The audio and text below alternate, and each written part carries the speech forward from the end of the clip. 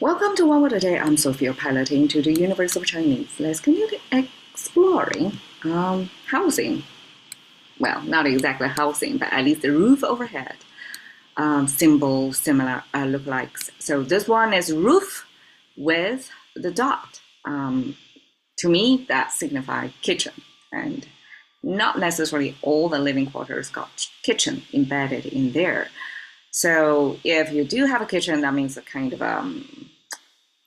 in today's world, a single family home, that you have a kitchen instead of like a shared kitchen with somebody else, that this is your private space where including that capacity to cook. Okay, and then at the bottom, it's one mouse symbol and a farm symbol. All of these we have seen, isn't it? So I'm pretty happy that we are able to so quickly connect some dots. So this pretty rectangular item is called fu. And this is something that I guess majority of Chinese, majority humanities aspire to, is to be rich. But it's interesting to see how Chinese express the definition of rich. In English, we cannot tell, right?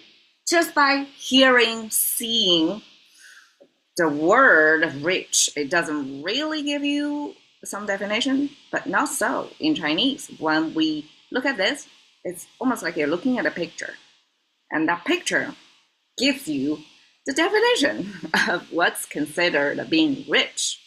So here, what do we have? We have this roof with a chimney, right? So that's human shelter with kitchen building. So it's kind of an upgrade from the very ancient, like a caveman and then living semi-underground. And then we have this self-standing structure with a kitchen in there. And then the top, one horizontal line, if it's kind of close to the top of the screen, it may mean heaven. So under the sky or heaven, and then we have this one piece of land. Even if contemporary Chinese, we see this box icon, automatically that means mouse symbol. However, if you look at an ancient version, this Xushin's dictionary 2,000 years ago, there's a slight distinction. It's not a mouse symbol because ancient times, back then, the mouse symbol would have the handles of the cookware. So Chinese express human mouth with the pot because that's where we eat from. I guess ancient times you have to cook the meat to avoid diarrhea, something like that, right? So without the pot handles here, it's a full circle and it's in a rectangular shape. I guess the ratio of the two sides doesn't matter that much because Chinese very often, because they have to stack several things together, things got squashed or stretched, so the proportion doesn't really matter.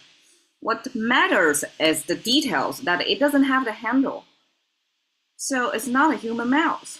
So it's not about human, it's not about the population, it's about the land. If it's a full enclosure, it almost means a defensible or clearly defined bordered land. And under that one piece of land, probably you have one central government, one set of rules, one set of language, customs, and military to operate, so it's defensible. So that the whole just small narrow strip of thing means land, and it's not, again, proportional. And then the bottom is the farm field. So it's almost like the definition of what is rich is under the sky, you have this farm field within this defended borderline or country or regime, ancient version. Okay, so if you have that, that's the definition of what would be rich. And I guess in ancient times, farm field would be considered one major production input, that you have a piece of land that you can grow and be productive from. So that was a big deal. It's like in today, you have this house owner versus renter. There's two kind of have-nots. And the major halves in contemporary world would be living quarters, right? You own it or you don't. So ancient times version would be you own the land that you can work from, or you don't. Then you just sell your labor, work for somebody else. So the definition of rich is, I guess, under the sky, simply be under nature. And then you have this country to live in. You have a homeland. And then you have a piece of land to work from. And that's rich. And that with, the roof overhead, kitchen in there, and that's rich. It's really not much, but here signifies the land ownership. All right, 富可敌国 talks about how rich that person is. It says, you're so rich that you can, 敌 means rival. You can compete or you can fight against a country. So country means or nation or country, some regime. When somebody, an individual, become that rich, that their wealth can kind of arm them or defend them to fight against a regime, that's the level of rich. And I guess throughout history, occasionally they're popping up like a super rich person, and that person better be on good terms with the national leaders. Otherwise it's not really safe to be that rich. Okay, 富甲天下, rich, 甲, we came across this one before, right? In the same episode when we talked about a farm field, this box with a cross, and now with this vertical line puncture through the bottom, that came from the seed popping from the shell. And we use that seed journey as the baby plant starting from the seed as the step one. And that's a Chinese version to say you're the number one rich. That's rich, number one, like letter A, top rank level of rich. 天下, 天 is the known world to you. So we use 天下, under the sky, basically. This 下 means below the sky. So in your known world, then you're the top rich. So that's 富甲天下. I guess in contemporary version would be like the richest man in the world, right? So that's ancient times Chinese already got that concept. Okay, 富富有余. We're talking about rich.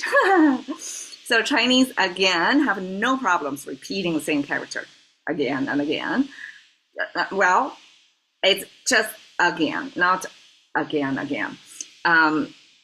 Twice is enough. I seldom see 3 times, even if 3 times is a charm in English, but Chinese, no.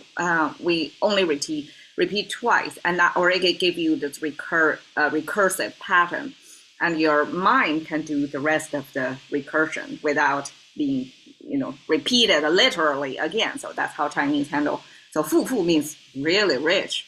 I guess super rich. That's a Chinese way to say rich. 有余, have. 余 means remainders. So 富富有余 means your budget or your resource of whatever you're setting out to do is way over budgeted or over supplied, over funded. That 富富有余, you don't need to worry about it. You're running short on resources.